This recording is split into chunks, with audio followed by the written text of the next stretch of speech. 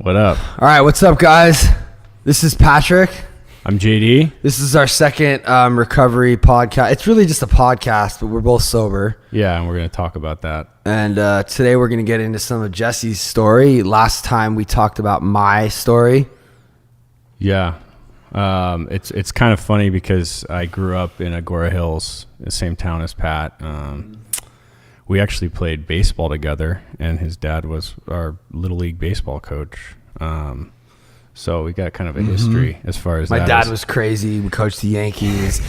He always wanted the team to be the Yankees. He got kicked off the field a few times, and very aggressive, life or death, very competitive. Yeah, always on his phone, just walking up and down the third base line. Good teams though. Like we were champions a lot of times. Yeah. Oh yeah. There was one season that we were undefeated. I don't know if you were on that team. I was on that. I remember that. And he wanted.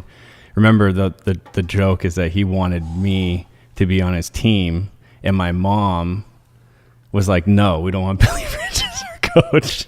Really? Yeah, your dad still gives me shit for that. It's kind of funny. Did Home Depot sponsor the team? No, DIY Home or Do It Center at the time. Because Jesse's dad started the Do It Center. Yeah. No, it's not Home Depot. It's the Do It Center. It was Lumber City. It was Lumber City back then. So we had Lumber City jerseys, and he was the guy who donated the money for our uniforms and all that stuff. So, anyways, I mean, getting into it a little, this town is as beautiful as you can get. I mean, I moved back here several years ago because of how nice Agoura is, and Thousand Oaks, and just the Conejo Valley.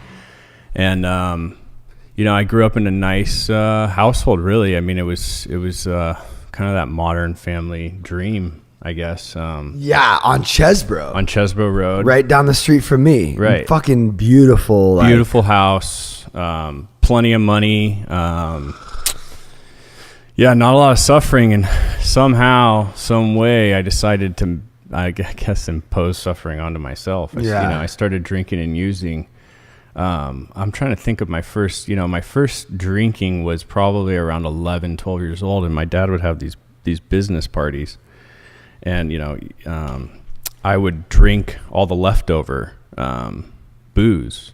I would just kind of float around, and if there was a cup like half empty of like a whiskey and a soda, I'd hit it real quick. Really? And so that's how it started. And the one thing I do remember is like the burning sensation of drink, because drinking whiskey and like for a kid, it's not tasty. It's not like some of these drinks we're drinking now. And I remember the burning, and it kind of scared me, but for some reason I really liked it.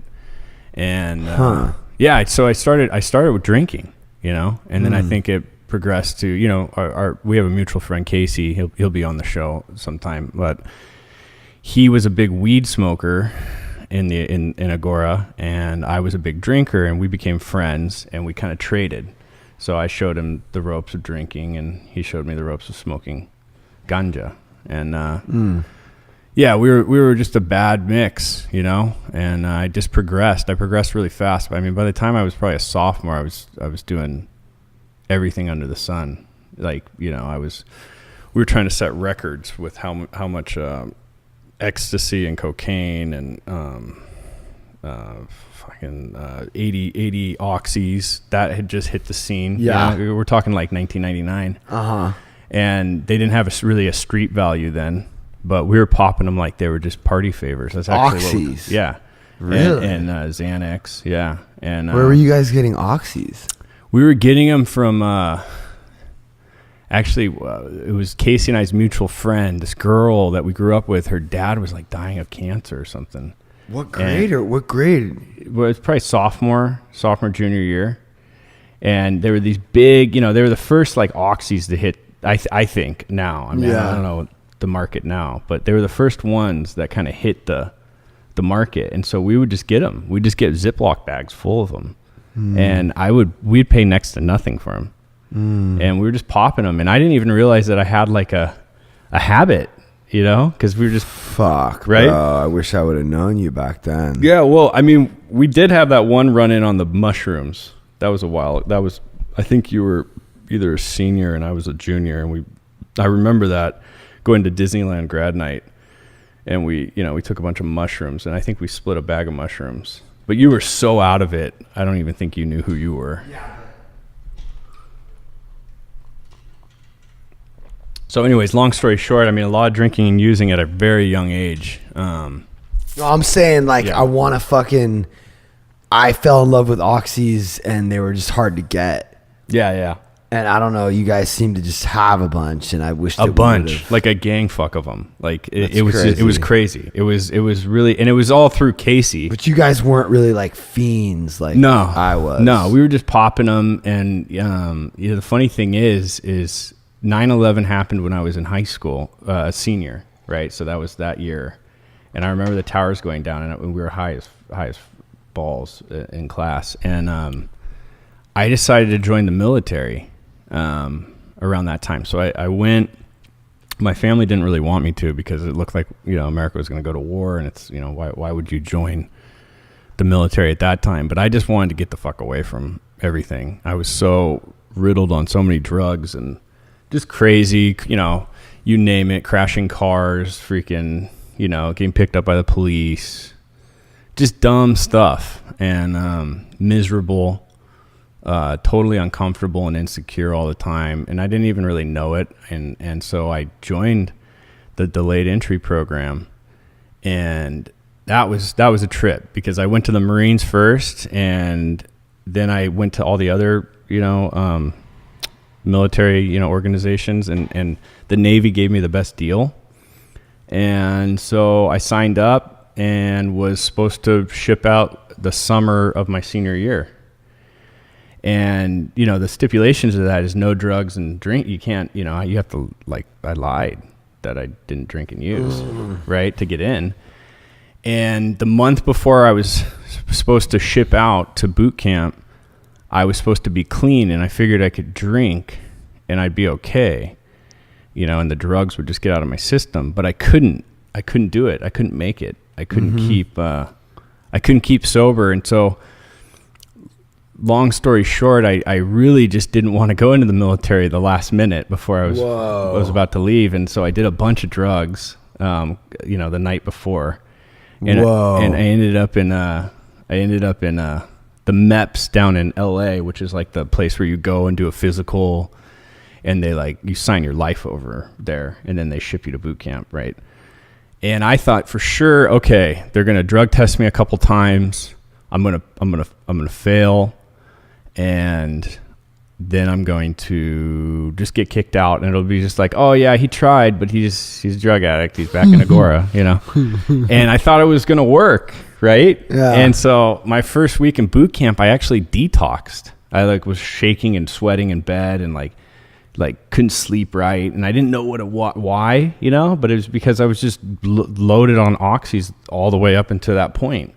I didn't realize that I was addicted to opiates, right. And I don't think it was a major withdrawal, but it was definitely DTs, and man, that was a trip. So I'm in boot camp. They shave your head, so everybody looks the same. Right. These guys are yelling at you, and I'm kind of like waiting for this drug test to come back, and for them to march me out, because they do that, right? Like these, you get 80 guys in your little platoon, and then the guys that don't pass the last drug test coming in get kicked out, right? They get asthma. So you're detoxing. Yeah. In boot camp. In boot camp, first week, yeah.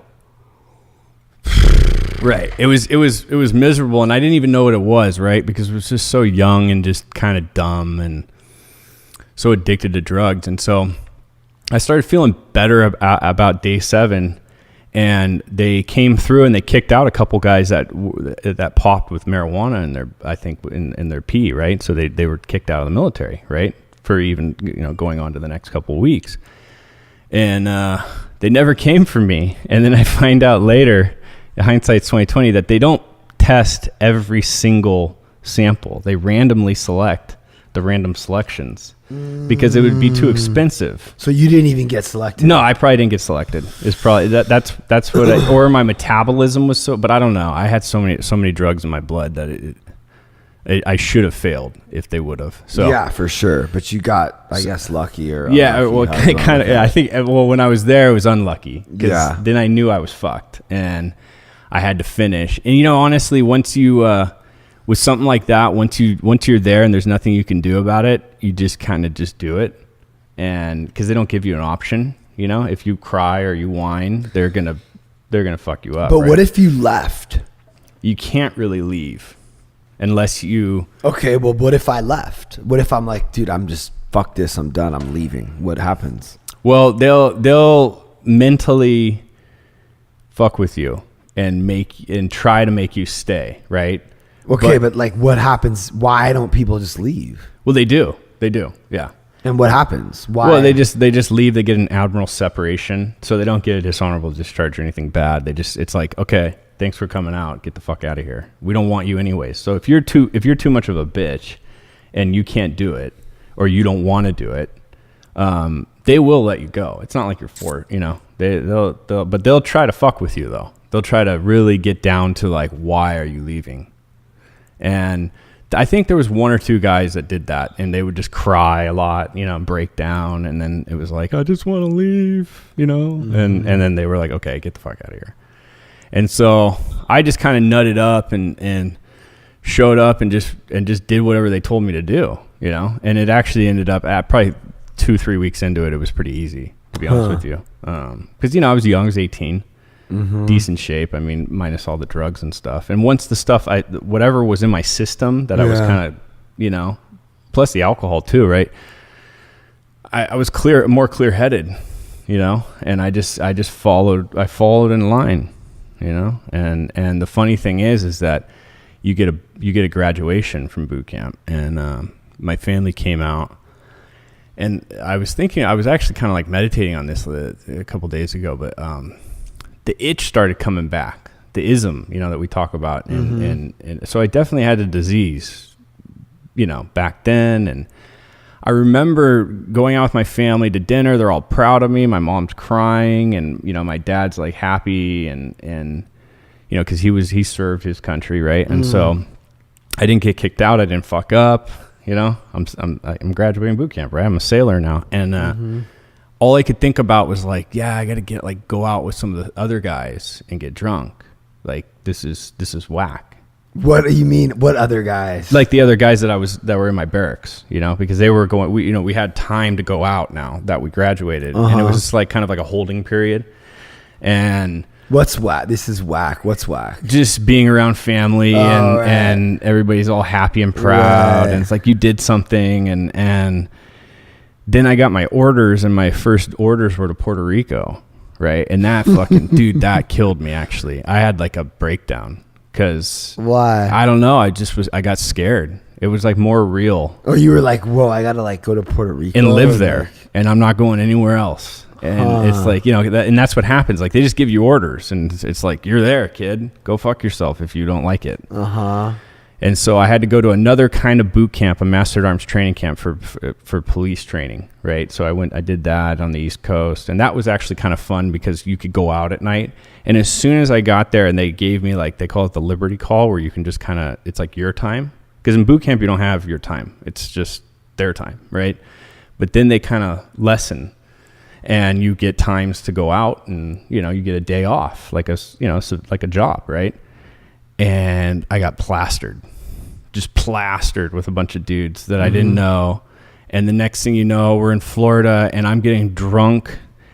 It's like that classic geographical thing. Like I thought maybe going into the military would like straighten me out a little bit or something. Yeah. And 3 months into it, I'm already blacking out again. Yeah. And I'm even searching for drugs in Florida. Like it didn't matter. All that training, all that, So that was interesting, and I didn't really notice it then. I just thought I was just being part of like the crew and drinking with all the guys. Yeah. And then I flew down to Puerto Rico, and I lived there for a little over a year. And I got arrested 5 times down there by my own police force. I was just a mess. We were selling cocaine because I was a cop. We were selling cocaine on the base. and a bunch of guys got busted and kicked out of the military. Like, it was just dumb, right? It was just a bunch of kids on a tropical island just running amok, basically. And I was probably one of the worst ones. And, yeah, it was nasty. But, you know, the thing I think that's important for this story is what happened to me when I was in Puerto Rico. I started getting sick, and I thought I had a flu. And it just kept progressing over weeks, right? And I started peeing a lot, losing my vision where it'd go blurry. Like, I wouldn't be able to, like I would see you, but you'd be completely blurry. Oh my God. Right? How fucking scary. Yeah, that was, you know, I'm all alone. There's no family around. Like, you thought, like, I'm going blind. Or something, right? And I'm peeing every, like, 15 minutes, right? Huh. And but like, were you actually pissing, or was it just like you had to piss? Well, no, but the thing is you get, with what I had at that time, I was so dehydrated that my refrigerator was full of just like Gatorade and so like, you were actually I was like drinking, chugging. So you were actually like drinking a lot of liquids. Yeah, a lot of sugary liquids too, which you know ultimately was, you know, a bad thing for me. And you know, in the military, they're like, yo, hydrate, take some Tylenol, and fucking get back to work, right? And I kept going to my watch commander, and he's like, yeah, and my eyes started kind of sinking in the back of my head, and I lost a bunch of weight. And this is in a matter of probably like a 2-3 month period. And so finally, I started going blind. I started getting, the blurriness got really, really bad, like to the point where I could barely drive, and it wasn't like getting better. And so I decided to go to the hospital, and I drove my truck that I had bought down there off another guy. And I kind of like, I think I parked like on the curb. I was so out of it. It was like a drunk driver, right? And I got into the hospital and checked into the emergency room and just lost consciousness in the chair. Just like, yeah. Right. And they didn't know what was wrong with me. You know, they did my blood, they did everything, they checked everything, they X-rayed me, and I'm laying there, and I didn't even know that they took me to the back, you know, ER area, because I was out. And I guess some guy decided, hey, let's check this guy's blood sugar, right? This corpsman, and they checked my blood sugar, and it was like a 960 or something, 900. So average blood sugar should be 100 for the average human, right? And so 960. Yeah, and it was rising because I'd eaten and drank and stuff on my way there. And I think the I have a medical report that says 1200 was my final, like, the peak, which is insane. It's totally insane. You know, I've heard of other guys having that kind of high. What's like a high? What's like high? High is like 200. You know, and so yeah. So 200, that's crazy. Yeah, so you know, 200. If a normal person, how did you not die? I don't know. Like you just like die. Well, yeah, I went into. That's what happens. Someone would just die. Basically, you go into a diabetic coma or an insulin shock, they call it, or and so that's what I was like on my way in. So I was, you know, they put me on an insulin drip, right? Which insulin's the chemical that digests, or it's the enzyme that we produce, the pancreas produces to digest carbohydrates, right? And sugars. And so they put a drip on me, but they couldn't give me too much because it can kill you too. It can like put your body into shock the other way, getting too low. So they had to slowly bring me down over a couple of days. And I woke up, I think the next day completely, fully conscious. And there's this lieutenant doctor on my bedside, and he's like, "Hey kid, I got some bad news." And fuck. Yeah, it was heavy, right? Because I'm all alone, and oh my God. Right. And so this guy is like, "You're a type 1 diabetic." Just all of a sudden. And I didn't even know what diabetes was. I thought it was like, I didn't, you know. Oh, you're like, I'm 18. Die. Yeah, I didn't know. And he's like, so we're gonna train you over the next, couple days to shoot up insulin and get all situated so you can, be on your merry way. And man, that was gnarly. And I'm like, well, can I make a phone call? And they're like, yeah, of course, anything you need. And So the first person I called was my mom, and dude, it was gnarly because I could barely talk. I couldn't talk. You know, I was at that point where I was so I fully was aware of what I was up against at that point as far as type 1 diabetes, and it was juvenile. Just to be clear, it was juvenile mellitus type 1 diabetes, right? And I'm just laying there, and I call her, and she answers, and she's thinking that I'm going to be telling her how good things are going on in Puerto Rico, and I'm in the Navy and all this great stuff. And I could barely talk. And she was like, what happened? And I'm just like so choked up and so just I don't know, just dead really. Like I couldn't, there was nothing I could say. And finally I got it out that I was a type 1 diabetic. And she was like, what do you mean? And, you know, so we had the conversation, and it was just really emotional, and just, I was a wreck. And this is before they had insulin pumps. So you had to shoot up like 5 to 6 times a day with needles. And I always had like a phobia of needles. So after a couple days of training, I left the hospital and I go back to the barracks, and I have to shoot up, and I have like this rig and all this insulin stuff, and I have to check my blood sugar like 7-8 times a day. And I would sit there at night crying. God. And the needle would be right here, you know, because you got to stab yourself in the thigh or, you know, the stomach. And I'm sitting there crying before the needle goes in. And why? Because I was so, I don't know, man. I was so lost, and I was so afraid, you know, of what this meant. You know, we didn't have, you know, back then, you know, there wasn't like Google search on your iPhone or anything. I couldn't find out that, you know, type 1 diabetics can actually carry on good lives if you manage it well, right? I couldn't find any of this information out. So I'm just, you know, and some of the sailor guys, like my buddies, my shipmates would come in, and they were all really sorry for me, but then they'd go out and drink. And so after a couple of weeks there, I was put up on a medical board, and I was eventually released from the Navy, but, mentally something shifted even worse. So I was already a fiend, and I love drinking. I drink daily, and now you can't drink, right? Because drinking spikes your blood sugar, right? And I even, before I left the hospital, I asked the lieutenant that told me about it. I was like, hey, if I can't drink anymore, can I at least smoke a little weed when I get out of the military? And he kind of laughed, you know. So that was one of my first. Yeah, I don't understand. Like, yeah, it's crazy. But why are you asking him that? Because I don't know. I need to have some relief. Yeah, but wouldn't you ask like the doctor?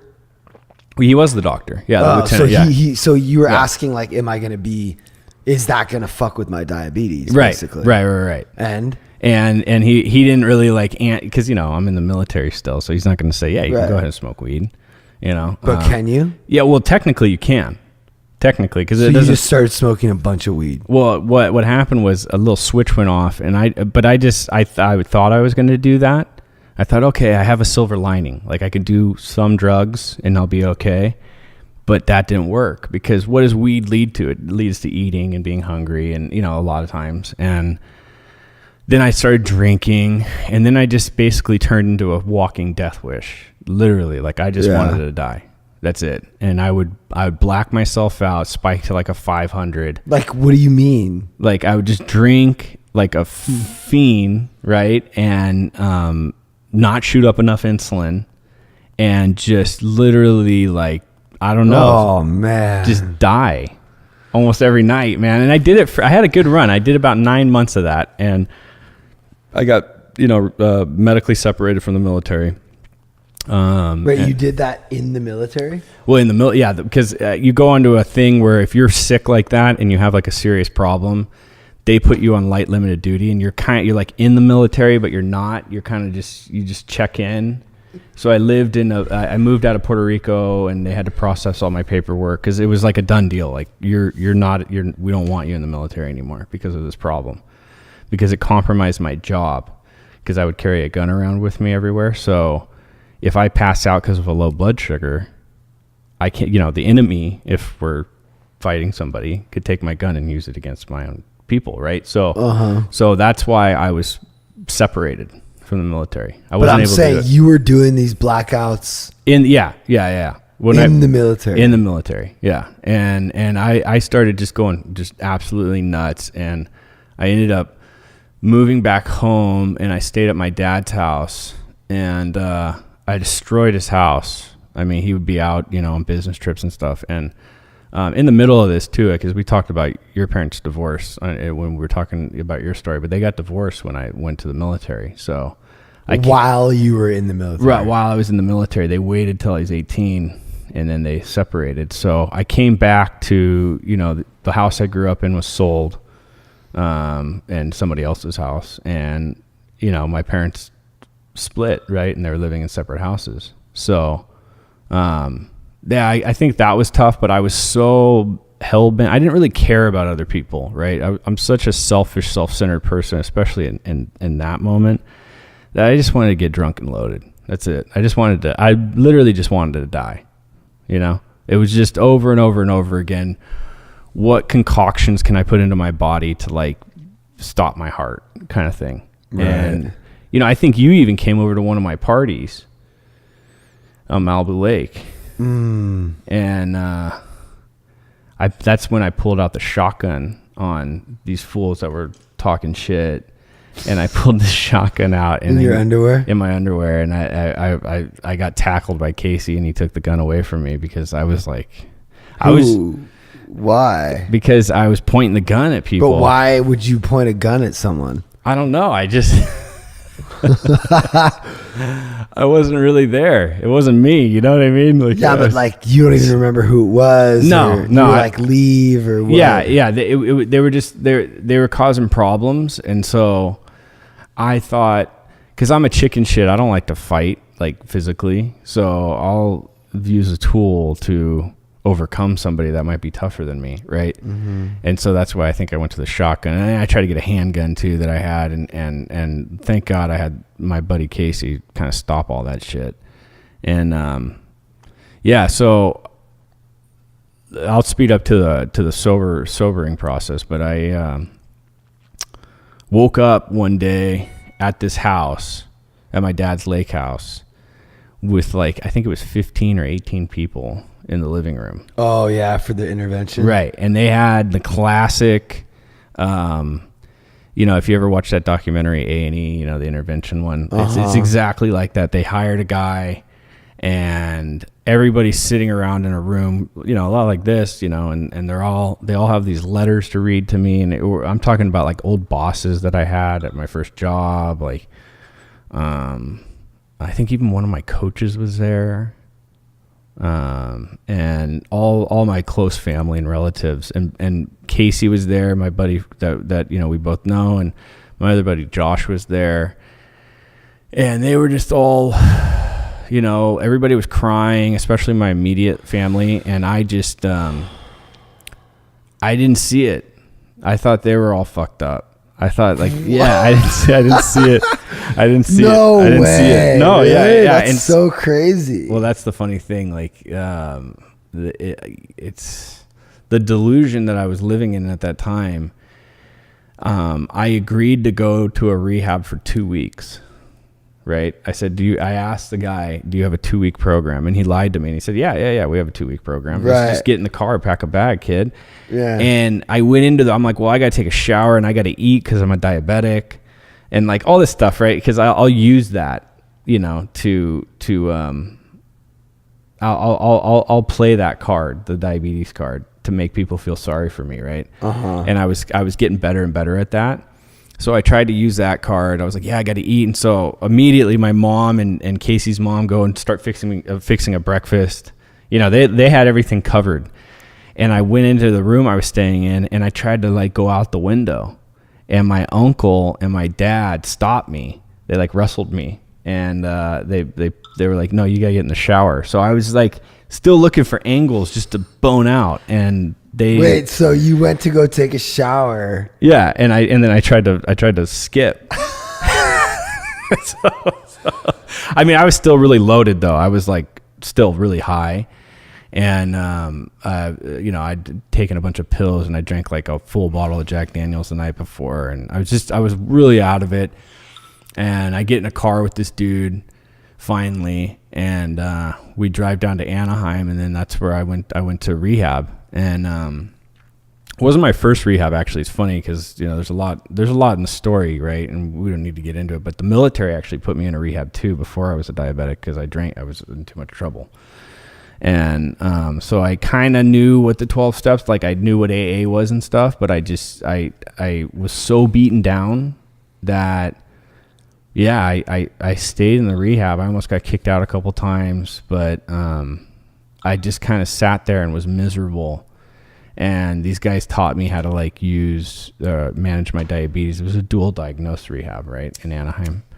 And they taught me how to shoot up, my insulin properly and basically not drink. It was a big 12-step program, a lot like kind of what you went through. What was it called?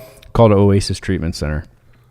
And it's a great treatment center. I mean, I struggled there, though, because as soon as you took my drugs and alcohol away from me, even though that wasn't really working. See, that's the funny thing about my story that I think's, kind of unique is that I would drink and use, especially towards the end, and I would get nothing out of it, but just like misery and high blood sugars and like these gnarly headaches. You must have felt good though for like a minute. For on the way up, I'd feel a little of that touch, that euphoria that we're looking for. But it just was come down with a crash of feeling like shit. And my body, basically I was in ketoacidosis when I which is like ketosis, but it's ketoacidosis, where your body's not able to digest like the food properly, right? Because I'm not managing my insulin. So I was digesting my muscles. So I was like 135 pounds when I checked into rehab. Damn. I'm 190, 6 foot normally, right? But I was 135 pounds. I was all sucked up. I wish I kept the picture because I look like a tweak, like a crackhead, that hadn't eaten. You got no pictures, huh? That was in 2004, and there might be a picture somewhere, because I looked like a completely different person though, and I was defiant. I just, I didn't take to it right away. I actually went a little crazier in the first 6 months of my sobriety than I did like get better. I don't know. You have an experience with that too. Like just not being able to get your stuff, you kind of lose it a little bit, I was kind of. Well, I actually kind of jumped right in. Yeah, you did, huh? Yeah, like on day 5 after like trying to leave and my mom didn't let me leave and I heard some speaker. I was like, all right, I'm going to do this. I don't know. I heard a dude talking about like Pink Floyd and like Us and Them, and I wanted him to sponsor me. And I was at Liberty House and I was like looking up to some of the guys, and Liberty House runs a pretty militant, like you're either in or you're out. So you're saying that what was Oasis like? Well, the owner, God bless his soul, he's a great man. And he had like 26 years sober at the time. And he ran a tight ship. I mean, he was a lot like, I met Larry, the guy that owned you don't fuck around with this guy. Yeah. He was all over, but it was a lot looser than Liberty House. It wasn't like words and shit like that. It was, but you had chores. You had chores. And you were just like, I don't want to do my chores or what? Yeah. I didn't want to do my chores. I didn't want to do the groups. Yeah. I hated the groups. See, I think that you're a little bit more like defiant than me in some ways. Like you're like, you resist and you're like stubborn and defiant. Yeah. You'll come around. Yeah. But like, you're kind of like, nah, dog. Yeah. Like that's your thing. Yeah. Nah, dog. Like Jesse's like the only friend I have that I still can't see on Find My Friends. Because you're and like, you never will. You're like, nah, dog. Like you're just like not open to that, which is fine. Like I love you either way. But I could see you being like a tough cookie. times 1,000 coming into. I could see that. Yeah, and so it's the funny where the ice kind of broke, and I saw like what you were saying, like when you saw that speaker, and you're like, maybe I want this guy to sponsor me. I'm gonna go in. it was Sermon on the Mount, wow. right? So this rehab owner, he was reading an excerpt out of Sermon on the Mount, and it was something about how I don't even remember the details. It was so long ago now, but it was like God is love and love is God, right? And that was kind of like a Jesus thing, I guess. And for some reason, I saw that, and it hit me. It like hit me back on my, I was like, what is that? And I'd heard a lot of great things before, a lot of great messages, I'm sure. I went to my first AA meeting when I was 16, because my parents forced me to. And I'm sure I heard a lot of good stuff from people, right? A lot of good shares, a lot of stuff I could probably relate to, but I just, my hearing was just stuffed. I would not hear it. Yeah. And I heard that, and I just thought to myself, well, if I just focus on something like love and trying to love, my neighbor and love people around me, maybe it wasn't even like maybe that love will come back to me. It wasn't like this woo-woo stuff, it was more like if I can just practice on a principle like that, like loving my neighbor or loving, brotherly love or whatever it is, I might have a better existence. Yeah. Right. And so I started kind of focusing on that, and I was able to omit in step 1, complete defeat. I was able to, obviously that's a daily thing. So, but that was back then, we're talking 14 plus years ago. And for some reason I was able to look at myself in the mirror through guidance with a sponsor and see that I was the problem. Yeah. And it wasn't my family. It wasn't the military. It wasn't the diabetes. It wasn't my friends. Yeah. It was all, I was a product of my own making. Because you had a lot of external circumstances that you could hold on to and blame. Yeah. Oh yeah. You had a lot of things. Yeah. I could have rode that. So what I keep thinking about when you're talking about this is like, when you're first getting sober, like there needs to be, well, first of all, like you said, the ice broke, like there's a breaking point where like something gets through, and I associate that with like some form of like surrender. Yeah. Yeah. There needs to be like a series of surrenders, but like the first one is like the most important and like the hardest one. Yeah.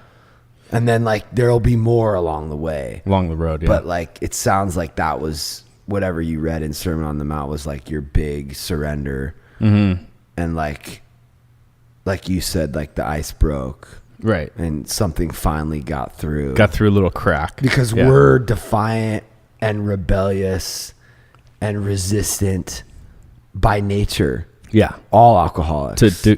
Default. Like that's my default. Like I was sharing on Monday about how like we're literally the exact type of people that won't hear this message.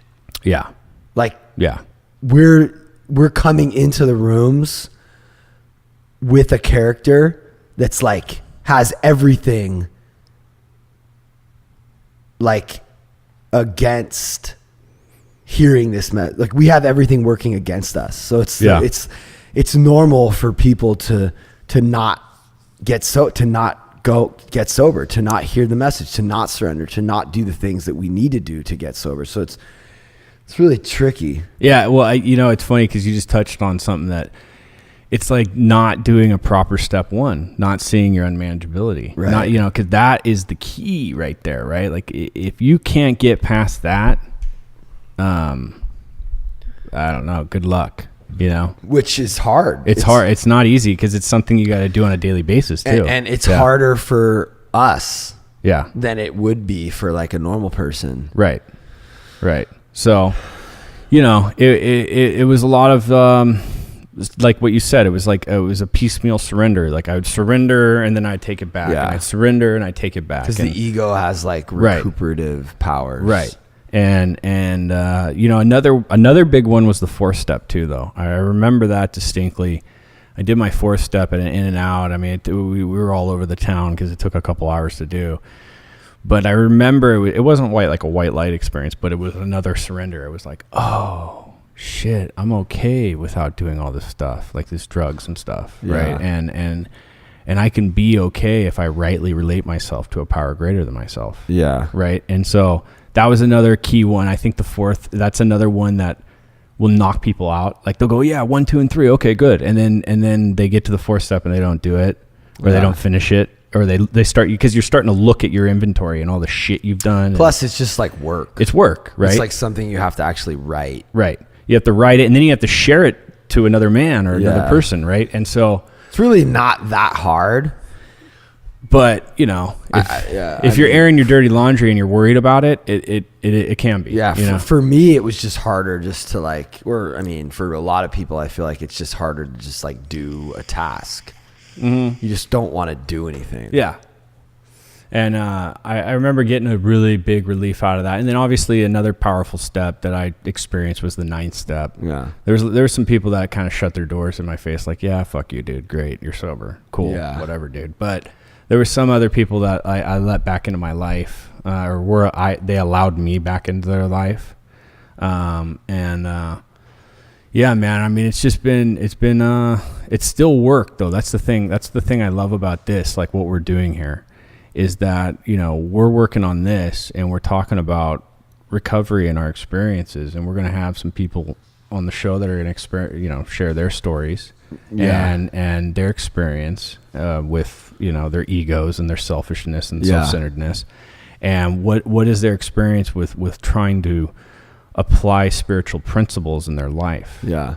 Because, you know, I mean, me and you are well versed with steps 1, 2, and 3 because of, you know, the meetings we go to and stuff, but it's powerful stuff. Yeah. You know, and it's an ongoing, like, how much time do you have? I've been sober a little over 14 years. I have 13 years. Right. So, and this is like, honestly, we're doing this for us. Yeah. Because if someone hears this and goes, oh, wow, maybe I can actually get sober if these guys could, that's going to help us. I mean, just one alcoholic talking to another is powerful. Yeah. So that's kind of the crux. And so, you know, I'm sure we'll get into more things later about our personal stuff, because I mean, you know, we could be talking for hours. Yeah. What was just like one of the 9th step, or one of the, just something from like either a door shutting or a door opening that you remember? You know, probably with my mom. So this is over a scale. So there's a thing called living amends. You know, you have to make with certain people. Certain people. And you can't just say, "Oh, I'm sorry." Yeah. I mean, you can, but it's not. It's bullshit. And so I made a living amends to her, and I told her that, hey, I'm basically pledging that I'm not going to drink and use, and I'm going to try to show up for you and do whatever you need, right? And so that turned into doing our Christmas lights once a year, right? And so I was living in Orange County. I drive up, I do the Christmas lights, and then I take them down. So that was kind of my living amends. And then that turned into Kennedy Meadows, taking care of the Kennedy Meadows cabin. That was about 10 years ago, right? Which is actually where we have our 12-step retreat. Our retreat, right, called Dead Kennedy's Retreat, which we go up to Kennedy Meadows, this beautiful place past Mammoth, with like 13 other sober guys, and have meetings every night. Yeah. By the campfire, and hike, and it's fucking so radical. Right. So I was able to do the living amends by opening and closing them, because, you know, it's a lot of work up there, right? It's not like some luxurious cabin that's just taken care of. You know, there's no services or anything. You have to go in there, and if you want to paint, you got to paint it. If you want to, you know, you got to take the trash out yourself. Like all this stuff it's very old school. And so I started doing that for her, and that's turned into, like, I've mixed my labor with that place, and I like love the mountains even more than I ever did. Like, and when I was a kid, when I'd go up there, and I was smoking straws in the meadow and trying to smoke like refried cigarettes, you know, and like trying to steal whiskey from my dad and drink it. And here I am in this beautiful piece of nature, and all I can do is drink and use. But now I go up there, and it's a completely different experience. It's way more powerful than the euphoria of drugs and alcohol. I mean, I can tell you that. And then to be able to share that with my brothers in sobriety is even another thing. It's like a whole new meaning has come from this one living amends, right? That's where it started. It started on the 9th step. It started doing, following these principles. And now it's like, it's this beautiful thing. It's so powerful. And I like to say that a lot, like these principles, these axioms that we try to relate ourselves to and do are so much more powerful than I can ever be. There's something to it. You know what I mean? It's really it's definitely divinely inspired. Yeah. Just like letting go. Yeah. Trying to be in the moment, going with the flow. Yeah. I'm definitely in my own way a lot. Mm-hmm. Like you would have never been able to plan, I'm going to go do this thing for my mom in Kennedy Meadows and it's going to turn into this. Like that just happened because you let go and surrendered and you took direction. Right. And it turned into this better thing that you didn't. Yeah. And there's so much though. I mean, like my wife, my daughter, I mean, it's like, it's insane. I'm able to be there. Actually, when we wrap this up here in a couple of minutes, I'm going to be picking my daughter up from daycare down the street. And what, Willow? No, at Teddy Bear Town. And and she's going to be really excited to see me. You know what I mean? Like, and she's beautiful and she's healthy and thank God for that. But that's the thing. I can't create that for myself. Yeah. I can't, I create destruction, and pain and suffering for myself. And then the other thing is the disease, my diabetes is way managed, like really well. I have really good positive blood results and everything. I've been managing it for years and, I can carry on pretty happy with something that's a chronic illness. And I like to kind of throw that out there for anybody else that has chronic illnesses in sobriety, because my experience is the alcoholism will try to use that. My selfishness and self-centeredness will try to use that. If you are struggling with something that is, like dual diagnosed, or you have, even if it's mental stuff too, like, bipolar or, some of these other, really chronic illnesses that people have, like serious depression, stuff like that. It all kind of, for me, it's not the only solution, because if I stop using insulin, I will die. Like I'll go into a coma, right? Yeah. So I have to use it, right? But what I try to do is I try to put this program and these principles first. And then when I do that, when I put a spiritual principle first, like honesty, right? Or something simple, I'm going to be honest for today about everything. I'm going to show up for my wife and my kid, and I'm going to put them first, I'm going to be of service to somebody else. I'm going to be service to my friend or whatever it is. I somehow manage the disease better, and I keep pointing back to this, but see, this thing is like a lifesaver. I mean, this happened while this is an insulin pump, right? And I now this thing controls my diabetes. I just kind of like play with it and make sure it's all tuned right. And dude, it's insane. Yeah. One thing that my sponsor talks about, because he has Meniere's disease, right? He talks about like the silver lining. Like, it might seem like a bad thing. Yeah. But it's probably made you stronger, or like there's things that come from that you're not like recognizing that could be positive in some way, or just like strengthening, or. Well, the funny thing is it's helped me sponsoring guys that think they have a lot of problems. Right. And it's definitely made me like. It kind of pulls people's covers without me pulling their covers. It's definitely made me grateful, and to have my health. Right. And it that is one thing. And it also brought me to my knees at a young age. I mean, I got sober when I was 20, right? I was 20 years old. Yeah. I was a young pup full of piss and vinegar, and just dying. And, I don't think if I wouldn't have had this disease, type 1 diabetes, not alcoholism, but if I wouldn't have had the two together, who knows what I'd be doing? I might be dead already. Right. It really brought me to a halt.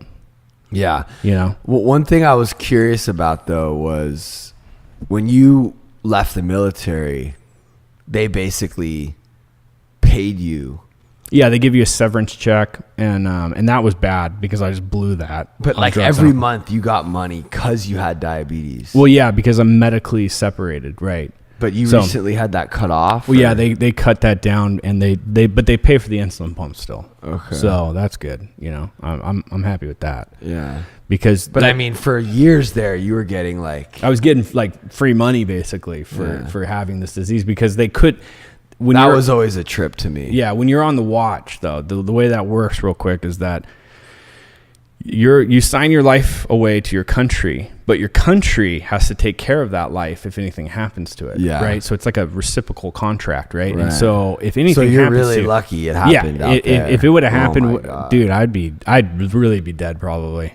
I would be done if I would have just been diagnosed out here in this front yard. And with no benefits, I would be, forget about it, So, I mean, I don't know. Maybe everything happens for a reason. I'm not sure if I fully agree with that statement, but it did happen for a reason for me. Yeah. And, so if anybody's out there struggling, with like a dual diagnosis type of problem, there is a solution. Yeah. There is definitely a solution, and the solution works.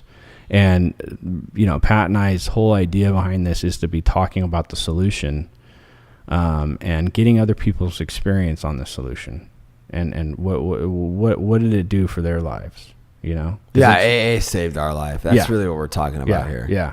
So, with that, I think that was good, man. Yeah. Good stuff. Yeah. We'll see you guys next time. All right, cool. Late.